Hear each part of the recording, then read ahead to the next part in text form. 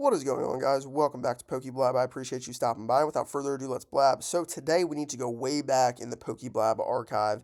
If we go to the oldest videos, obviously our first video is trashing on the prismatic art because everybody's favorite set was prismatic and I just got sick of hearing about it, so I had to make a channel and talk that talk, blab that blab. But if you look at our second video ever made, we are talking Pokemon promos for sealed investing, right? Because everybody says that you can only invest in sealed, right? Pokemon sealed goes up forever.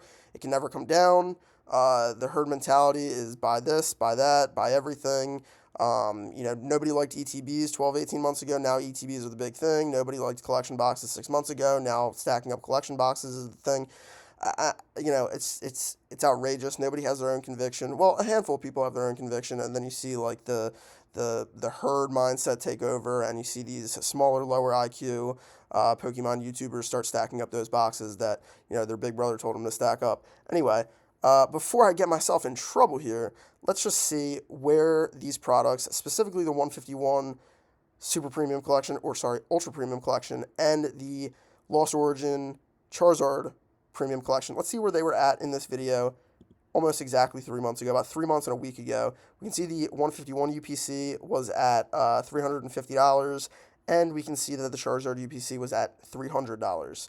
The promos that I was comparing them against were obviously maybe the best card in 151, which is the Mew EX promo card, sitting at $32. And I also believe that the Charizard, obviously also 3 promos in both boxes, but these are the best promos in each box, in my opinion, and also reflected in their market value.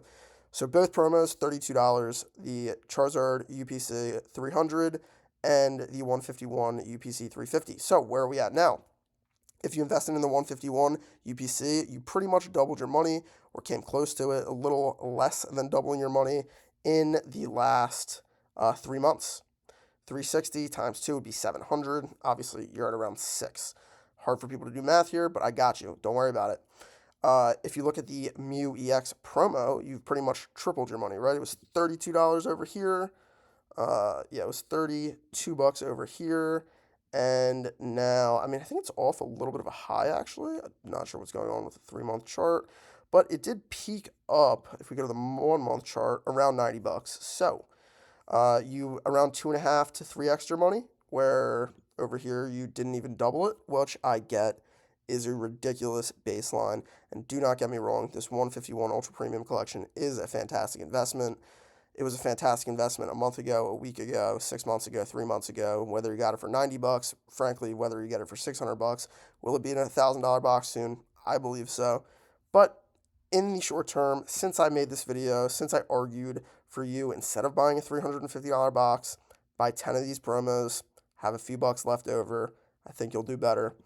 And if you did that, you 2.5 to 3 extra money, where over here, you didn't even double it. So, there are plays to be made in the single card market. Don't let anybody convince you that sealed is the only way to go. Frankly, sealed is kind of the slow and steady, consistent, brain dead way of investing almost. Yeah, oh my goodness, you picked a 151 box instead of a Seller Crown box. You're a genius investor, right? That's how everyone thinks it is because Pokemon goes up forever, yada, yada, yada. But if you're more in the weeds in Pokemon, meaning you're looking at TCG player and you... honestly, I think it's more than looking at TCG player. It's really understanding, what market we're in at any specific point, what big events are coming up, what Pokemon events are coming up, what, just cyclical holidays are coming up, things like that. Thinking about those things can really help you in the single card market. Singles are also obviously much more swingy, meaning they have bigger swings on the ups, on the downs, as opposed to sealed, which kind of slowly rises over time. However, again, if you're just kind of plugged into what's going on, you can see some of these things kind of before they happen. If you wait for your favorite Pokemon YouTuber to make a video on a specific single or, a handful of different promos or whatever, the play generally has already been made. Is there more room to grow? Yes. But it doesn't always happen. This is one of the outliers, right? If you go to the 1-year chart, it's up 1,000%. If you bought this at $6, good on you. But a lot of people thought that, it kind of was trading sideways 25, $30 for a long time. So a lot of people maybe thought the play was already made if you got it at 6 and went up to 30. Not much more it can do there. However, we can see in the last month we've had a big shift up to the $80 to $90 range. $75, that's pre-tax. If you want this card, you're probably paying $80 to $100. If I'm buying a card like this, I'm not doing it on TCG Player. I'm doing it on eBay where I can see pictures, right? And this card on eBay, $90, $100. 3 months ago, there was literally a handful of sellers selling 10 copies for $300. Now, if I haven't bored you already, let's look at the Sword and Shield box. We were over 300 and we haven't broken 400 yet. That's quite unfortunate for everybody that invested in this product. Although I do love Charizard and I buy anything that has Charizard on the box, this was not a move for me personally. I thought in the short term it already had its leg up. And I didn't think that necessarily buying it at $300 was the best move for me.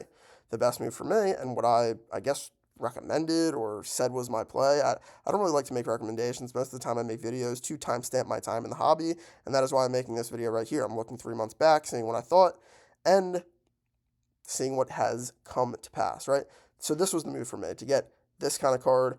I did not get 10 copies of this card, but this was the play at $32. Same sort of thing. A lot of people saw it at 10, 12, $15. When it pushed up to 30, 35, $40, the play was already made, right? But again, being an outlier, it shoots up. I know there's this concept of, don't buy something based on artwork, don't buy something based on, the Pokemon on it, or does the rarity matter, does the art matter? It's all of these things. The rule of thumb that I like to go by is it a top 10 Pokemon? Is it a chase card? Is it a promo card? Is it desirable in that market? And one of the things I think about is also the artwork. Not necessarily specifically if I like the artwork. If I'm getting it for a collection, sure, of course. But if I'm investing into it, is there popular sentiment around the card? Already, if it's a top 10 Pokemon, of course there will be. If it's a chase card, it probably will be.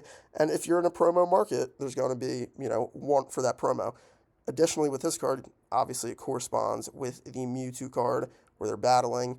That Mewtwo card is a chase card where this Charizard is a promo. So, all of that being said, I think it's a good buy at $30. Do I think it's necessarily a good buy at 100, 110, 120? Maybe. Could this push $200, $300? Sure. But for it to push $200, $300, this would have to go way up. Like once this is maybe like an $1,000 box, you can have multi-$100 promos. But this is all just pie in the sky predictions, right? At the end of the day, 3 months ago, this card and this card pretty much 3x'd, while this box didn't even double, and we're not even at 400 over here. So at the end of the day, don't be part of the herd mentality. Make plays on things that have not been talked about in the popular zeitgeist of Pokemon YouTube. As much as people say that markets can't be moved by specific things, of course they can. I mean, just the concept of a buyout is a shift in the market, right? Like at the end of the day, whether you like it or hate it, boxes get bought out, singles get bought out, collections get bought out. So think for yourself, make moves for yourself. Don't stack boxes that other dudes tell you to stack unless you truly have a conviction for it. There's a very popular box being stacked up right now that, if you look at its entire lifespan over the last 6 or 7 months since it came out, it hasn't really moved at all. While stuff like even this almost doubled, almost tripled, over tripled, right? So I get it. We're long-term plays. We're handing it down to our kids and our grandkids, and it's going to be in the family lineage for hundreds of years and whatever. But for me personally, making shorter-term plays, these are the things I'm looking at. I'm not looking at stacking a box that's moved 7% in 6 months, 7 months. And that might be a little greedy because obviously in the stock market, 10% a year, time after time, is great. Obviously that's compounding, so it's a totally different kind of investment. But if you're stacking a box, you're getting 5, 6, 10, 20 boxes of something. And in this bull market, it's kind of staying stagnant. Something to maybe think about. But again, you're handing it down to your lineage, so don't mind Blab over here. Anyway, I appreciate you guys stopping by. Like, comment, and subscribe. Leave me a goofy comments in the comment section because you guys know I love reading what you guys have to say. I think it's incredibly important and thoughtful. The comments are absolutely amazing. See you on the next video.